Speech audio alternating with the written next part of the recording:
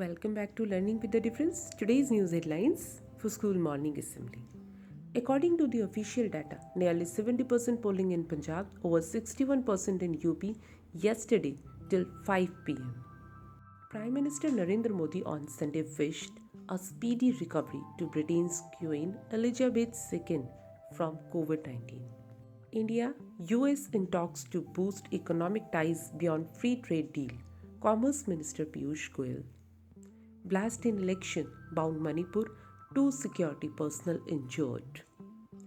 A trekker who fell at least 300 feet into a gorge at Nandi Hill about 60 km from Bengaluru was on Sunday rescued by the Indian Air Force and the National and State Disaster Response Forces.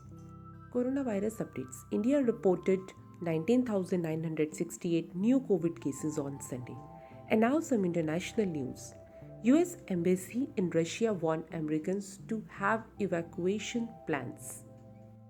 God save the Queen. Support pours in for COVID positive Queen Elizabeth. Credit Suisse, Switzerland's second largest bank, rejected the allegations and insinuations in a statement on Sunday.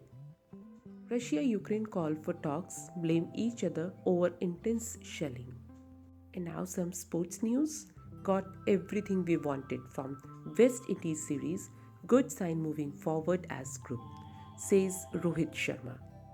Surya Kumar Yadav, Venkatesh Iyer starred as India beat West Indies by 17 runs in third T20 International Sweep Series 3-0.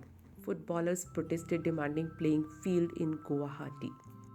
Novak Djokovic will return to action at the Dubai ATP tournament, he says, players welcoming on his Dubai return. And these are today's news headlines. Thank you to all of you. Have a nice day.